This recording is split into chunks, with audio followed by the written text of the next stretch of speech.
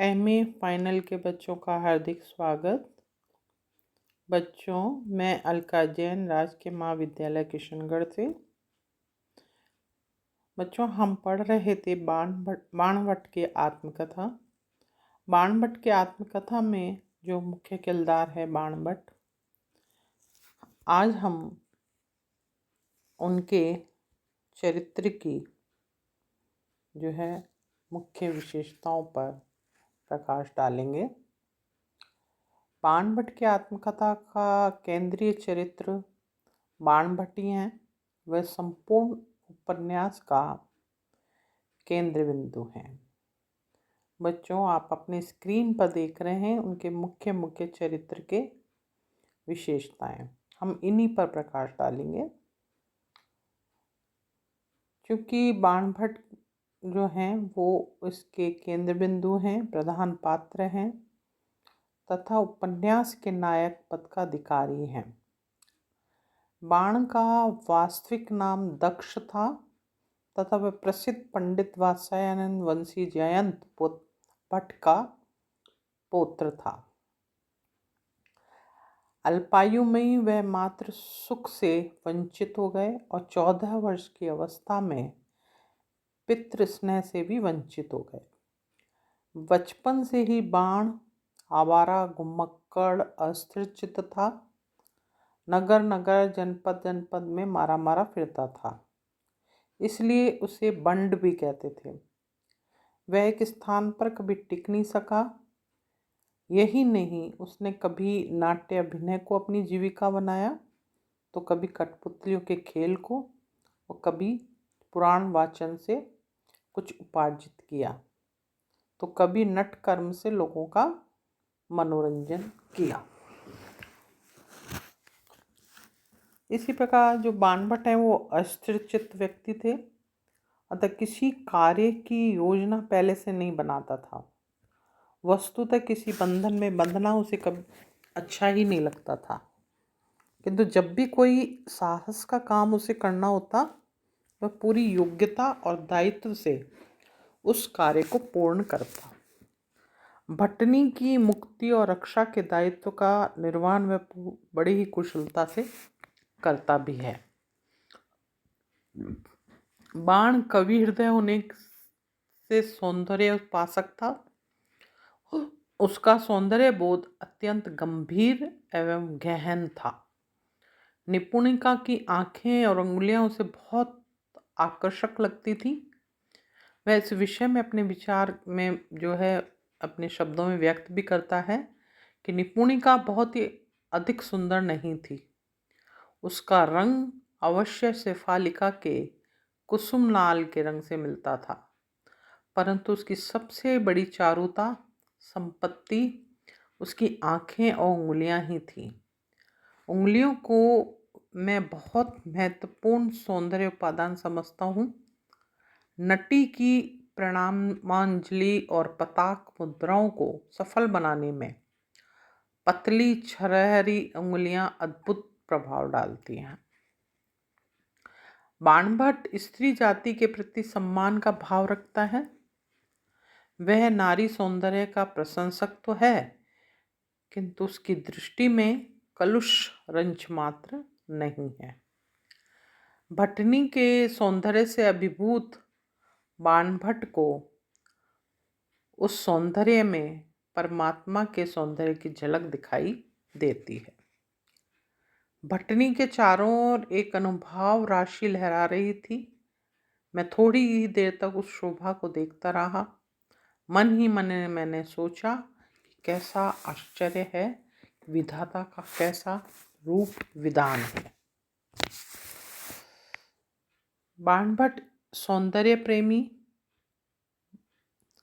बाण जो है वो नारी की पवित्रता, गरिमा को विशेष महत्व देते हैं। नारी शरीर को देव मंदिर की भांति पवित्र समझने वाले बाण इस विषय में अपने विचार भी व्यक्त करते हुए कहते हैं कि मैं नारी सौंदर्य को संसार की सबसे अधिक प्रभावोत्पादनी शक्ति मानता रहा हूँ। नारी सौंदर्य पूज्य है, वह देव प्रतिमा है। निपुणिका और भट्टनी दोनों ही बाण से प्रेम करती हैं। निपुणिका की दृष्टि में तो बाण देवतुल्य है। वह अपनी भावनाओं को व्यक्त करती हुई बाण से कहती है, देखो भट्ट, तुम नहीं जानते कि तुमने मेरे इस पाप पंकिल शरीर में कैसा प्रफुल्ल शतदल खिला रखा है। तुम मेरे देवता हो, मैं तुम्हारा नाम जपने वाली अधम नारी हूँ। बाणभट्ट जो हैं वो अनेक विधाओं और कलाओं में भी पारंगत थे। साथ ही वह सहृदय, उदार, धैर्यवान, कष्ट सहिष्णु एवं अत्यंत मेधावी भी हैं। निराहार रहने की साधना में वह सिद्ध हैं। वह वीर साहसी व प्रणपालक भी है। न तो वह मिथ्याचारी है और न ही अनर्गल वार्तालाप करता है। उसका विनोदी स्वभाव, स्वाभिमानी वृत्ति उसे चरित्र की ऊंचाइयों पर अवस्थित करती है। निश्चय ही बाण के चरित्र के विषय में जो प्रवाद संस्कृत साहित्य में परंपरा से व्याप्त रहा है, उसका खंडन करके बाण को एक सच चरित्र एवं उदार मानव के रूप में प्रतिष्ठित करने में द्विवेदी जी को सफलता मिली है। बाण की प्रशंसा निपुणिका एवं भट्टनी दोनों करती हैं।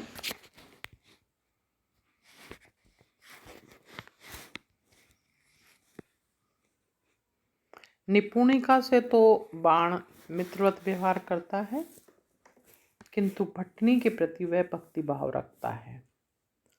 उन दोनों के प्रति बाण के मन में जो भावगत अंतर है उसे स्पष्ट करते हुए कहता है, निपुणिका से मैं खुलकर बातें कर सकता हूँ, भट्टनी के सामने मुझे एक प्रकार की मोहनकारी जड़िमा आ जाती है। यह भट्टनी के रूप में मुग्ध होकर उसे बस देखता ही रह जाता है, किंतु उसकी दृष्टि में वासना का कलुष रंच मात्र भी नहीं है। बाण निपुणिका के सेवा भाव से प्रभावित है। भट्टनी की पहली बार जब बाण ने देखा तो उसको अतुलित रूप राशि को देखकर उसके मुख से ये शब्द निकल पड़े, इतनी पवित्र रूप राशि किस प्रकार इस कलुष धरित्री में संभव हुई। भट्टनी भट्ट को अपना अभिभावक मानती है और उसका बहुत सम्मान करती है। इसी प्रकार बाणभट्ट जो है वो साहसी, विवेकशील, भावुक, संघर्षशील, पर दुख कातरता, पौरुष, प्रत्युन्नति जैसे गुण विद्यमान है। स्वभाव से भावुक बाणभट्ट निपुणिका के नाटक मंडली छोड़ने पर इतना दुखी होता है कि नाटक मंडली को ही तोड़ देता है। वह स्वाभिमानी एवं साहसी व्यक्ति है। कुमार कृष्णवर्धन जब भट्टनी के संबंध में बात करते हुए कहते हैं कि मेरे एक इशारे पर तुम्हारी रक्षणीया देवपुत्री कन्या और तुम्हारा क्या हाल हो सकता है तुम जानते हो, तो वह निर्जीव स्वर में कहता है, जानता हूँ, परंतु कुमार को शायद बाणभट्ट का पूरा परिचय नहीं मालूम। उस इशारे के होने से पूर्व इशारे वाली आंखें नहीं रहेंगी। उसका यह कथन उसकी निर्भीकता का प्रमाण है। उपन्यास की अनेक घटनाएं उसकी विवेकशीलता और प्रत्युन्नति की परिचायक हैं। लंपट पुजारी को धनदत्त की ओर मोड़ देना तथा कुमार से लड़कर भी उनसे अपना सम्मान करा लेना इसका प्रत्यक्ष प्रमाण है। कवि हृदय बाणभट्टनी की रक्षा का दायित्व निपुणिका के आग्रह पर लेता है और प्राणपण से उस दायित्व को पूरा भी करता है। भट्टिनी भी उसकी कवित्व शक्ति से प्रभावित थी। बाणभट्ट को ईश्वर और पूरा विश्वास था और अपनी आस्तिक बुद्धि के बल पर ही वह बिखरे सूत्रों को जोड़कर साहस एकत्र करता है।